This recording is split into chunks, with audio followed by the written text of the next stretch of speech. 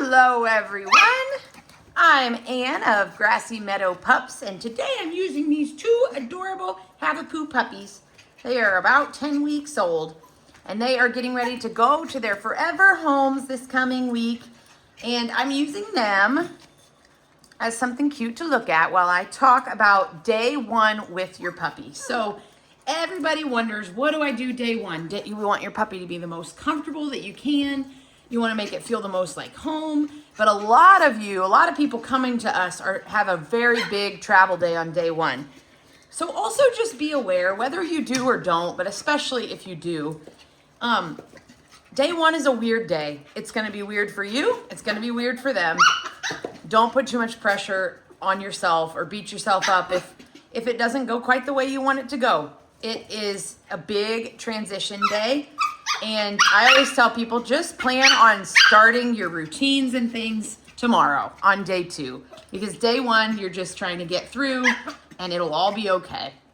The first thing usually is travel. Sometimes we have local people, but honestly, it is pretty rare to have somebody not coming at least 3 hours, if not driving more than 8 or 9, or flying in even. So it is usually a big deal. Everybody's wondering about travel. If you're flying, I have tons of resources about flying. You can email me and I can send you a list of them.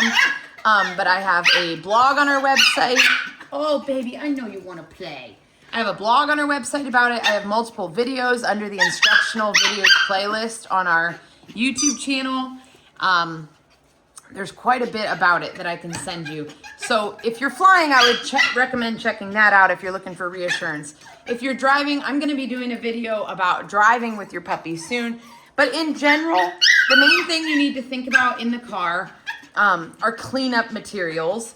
It's not normal that a puppy would poop or pee on you, truly. Unless they're really scared, they might dribble a little bit of pee. But pooping is very much not common unless you have just held them way beyond their will and they've been trying to tell you and wiggling and jumping all around. Like, it's not going to probably happen. But what may happen is throw up. Sometimes puppies get car sick. Usually the first indicator of that is they start to drool. So if you start seeing that, just be prepared. Have some towels, some paper towels, cleaning products if you want. You also want to have a leash and collar, whether you plan to stop along the way or not. If you do, you definitely don't want your puppy roaming along parking lots or whatever. So you've got to be careful with that. So be prepared and bring collars and leashes. And I have done videos on harnesses and collars. You can check that out. Also, just a quick note on that. You don't want to be paranoid about this, but you do need to be aware that public spaces you need to be careful with. These guys are not fully vaccinated. They've had their first 2 vaccines out of 3, but they do need that 3rd of the series to have full immunity. So just be aware, not paranoid, but aware that you should be looking for places along the way that are not like pet relief areas, somewhere that a sick, unvaccinated dog would be going to the bathroom. Those are your risk areas. So if there's a pet relief area, don't go there, go somewhere else. But again, don't be paranoid, just be aware. Let's see, the other thing about that is you want to make sure that you have a water bowl. We do send a collapsible water bowl with each puppy, so you will be getting that. People often ask, should I feed them along the way home?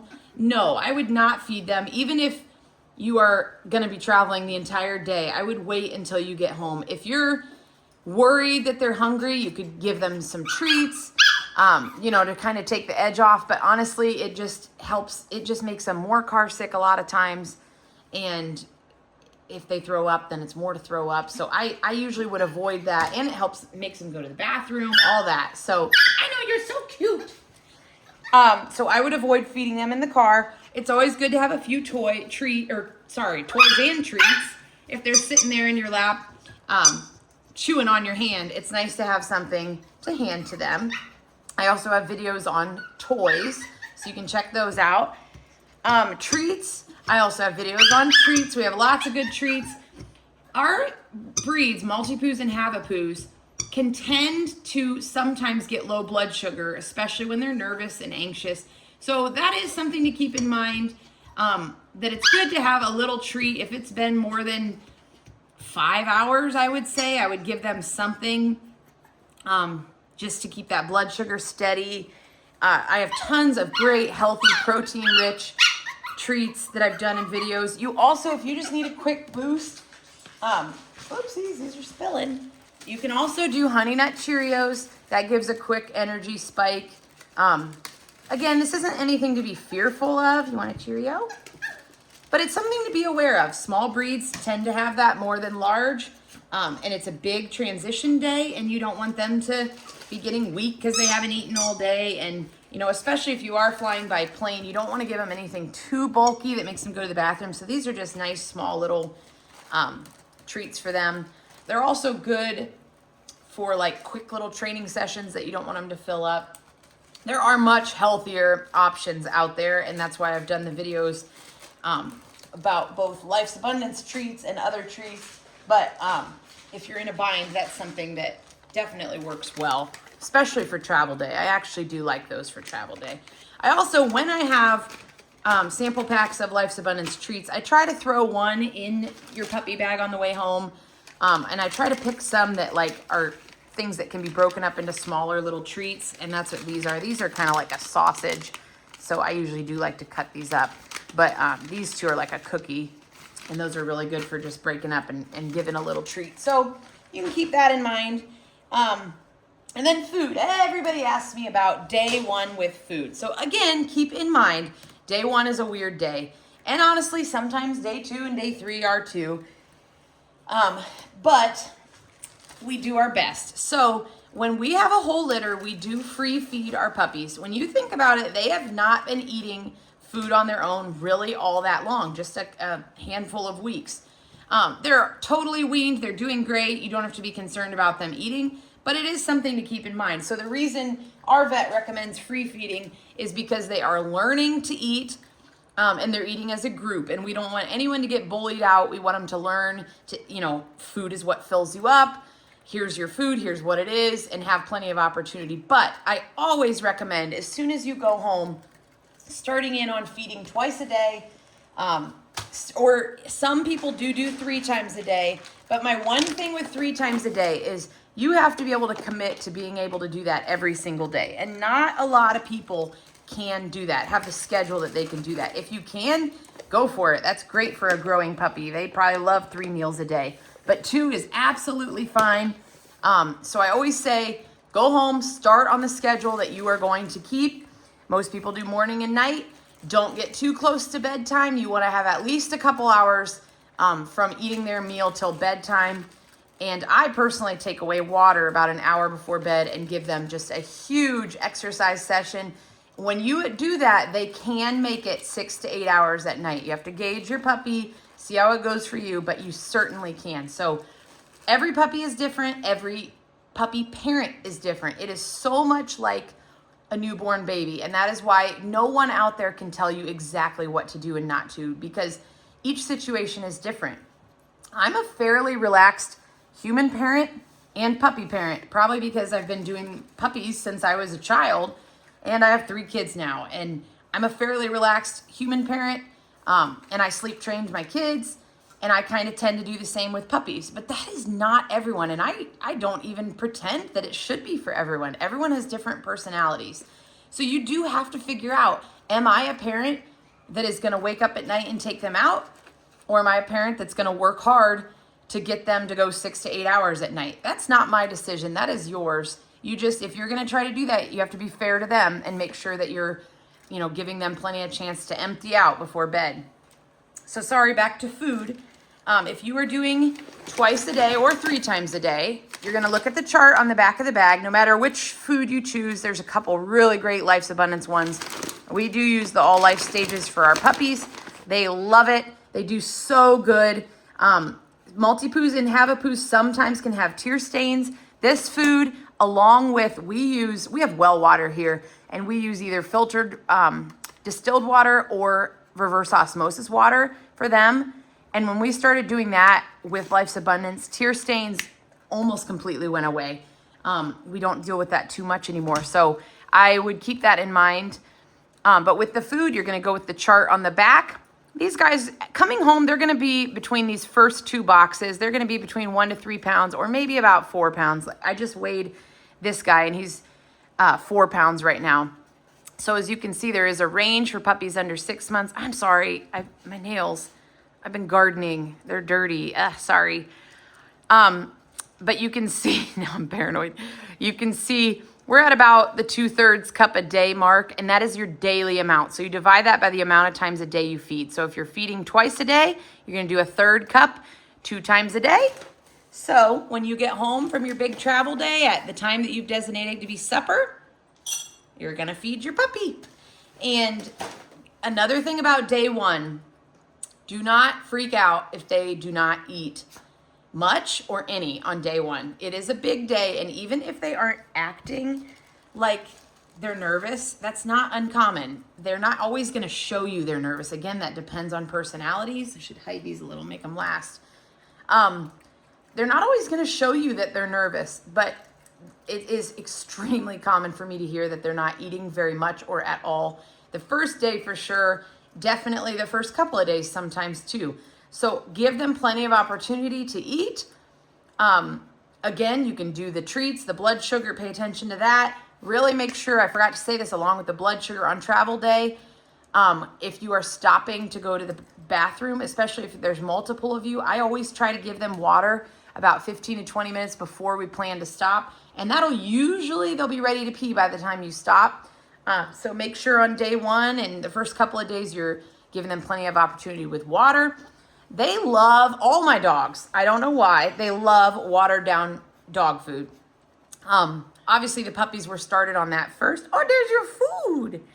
But they're eating their food hard. They do not need it to be watered down. I want to clarify that for sure. But they do enjoy it. So if on the first few days, if they're not eating much, try it. Pour water on it and let it get soggy. And then that solves both making sure they're drinking enough and giving them a chance to eat their food. So just be sure that they're getting well hydrated.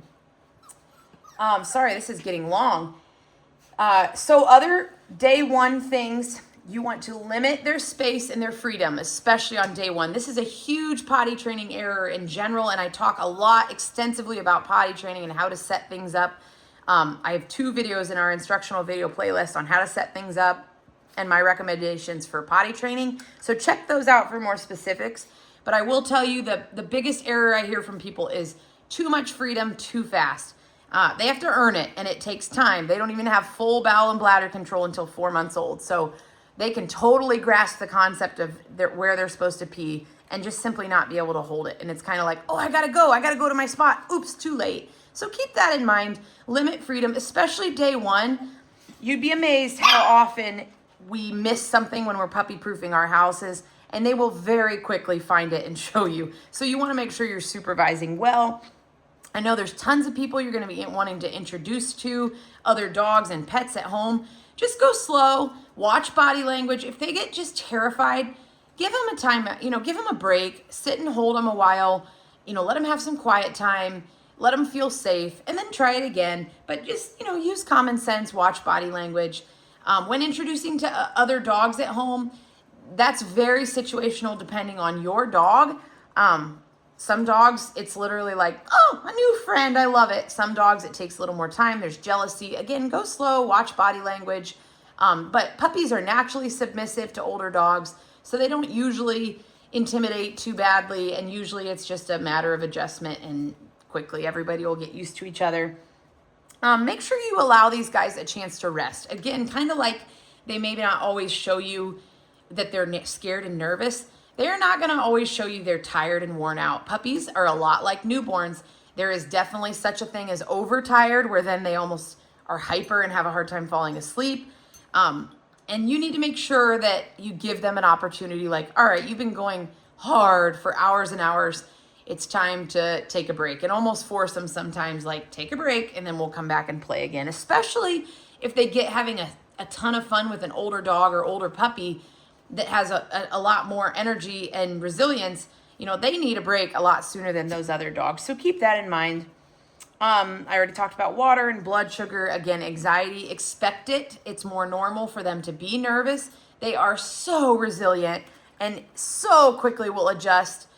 It's not something, again, that I want you to be fearful of. It's just something, to be fair to them, to be aware of. I know, you want more treats, don't you? And then the last thing, you're gonna just wanna establish a baseline, if you can, on day one.